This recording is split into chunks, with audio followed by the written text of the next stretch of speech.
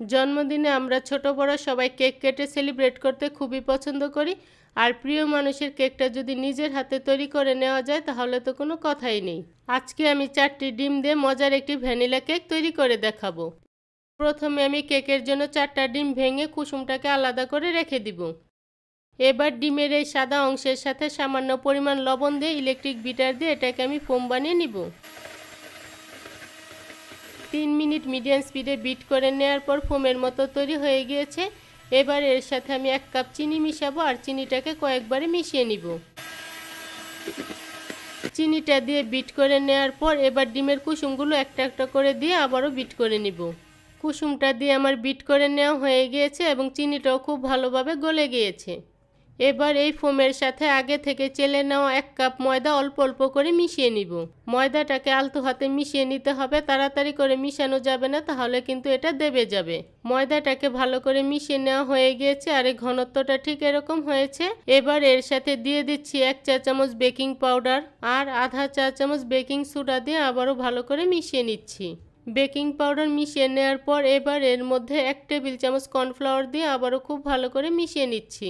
Cake তৈরি করার সময় একটা একটা করে উপকরণ দিবেন আর একটা একটা করে ভালো করে মিশিয়ে নেবেন।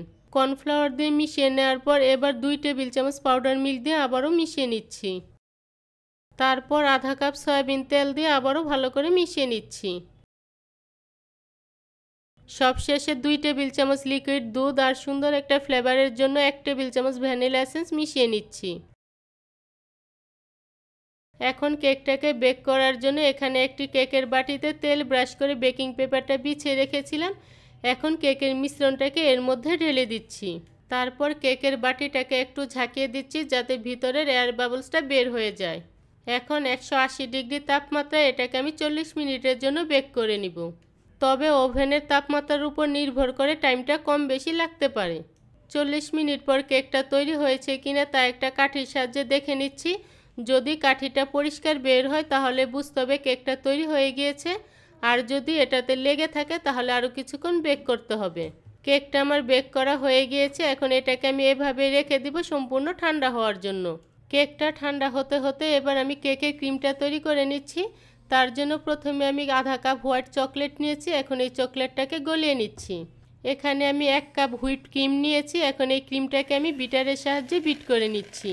কিছুক্ষণ বিট করে নেওয়ার পর এটা ফোমের মতো তৈরি হয়ে গিয়েছে। এবার এর সাথে 2 টেবিল চামচ চিনি দিয়ে আবারও বিট করে নিচ্ছি। চিনিটা দিয়ে ভালো করে বিট করে নেওয়ার পর এবার হোয়াইট চকলেটটা দিয়ে আবারও ভালো করে বিট করে নিচ্ছি। কেকের জন্য ক্রিমটা আমার তৈরি করে নেওয়া হয়ে গিয়েছে আর এদিকে কেকটাও ঠান্ডা হয়ে গিয়েছে। এখন এই কেকটাকে আমি 2 ভাগে ভাগ করে নিচ্ছি আর উপরের অংশটাকে কেটে সমান করে নিচ্ছি। এখন কেকটাকে ডেকোরেশন করার জন্য এখানে আমি একটি কেকের বোর্ড নিয়েছি আর বোর্ডের মাঝখানে সামান্য পরিমাণ ক্রিম রেখে দিয়েছি। এবার এই ক্রিমের উপর একটা কেকের স্লাইস বসিয়ে দিচ্ছি যাতে কেকটা নড়ে না যায়, আর কিছু কাগজ দিয়ে দিচ্ছি যাতে বোর্ডটা পরিষ্কার থাকে। এবার এর উপর লিকুইড দুধ ব্রাশ করে নিচ্ছি। তারপর তৈরি করে রাখা হুইপড ক্রিমটা খুব ভালো করে মেখে নিচ্ছি।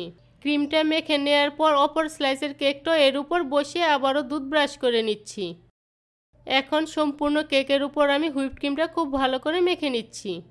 ক্রিমটাকে খুব ভালো করে মেখে নেওয়ার পর এখন এই কেকটাকে আমি 20 মিনিটের জন্য নর্মাল ফ্রিজে রেখে দিব। 20 মিনিট পর কেকটাকে আমি বের করে নিয়েছি। এবার এর উপর কিছু হোয়াইট চকলেট ছড়িয়ে দিচ্ছি। হোয়াইট চকলেট দেওয়ার পর এবার এর উপর আমি কিছু চকলেট চিপস ছড়িয়ে দিচ্ছি।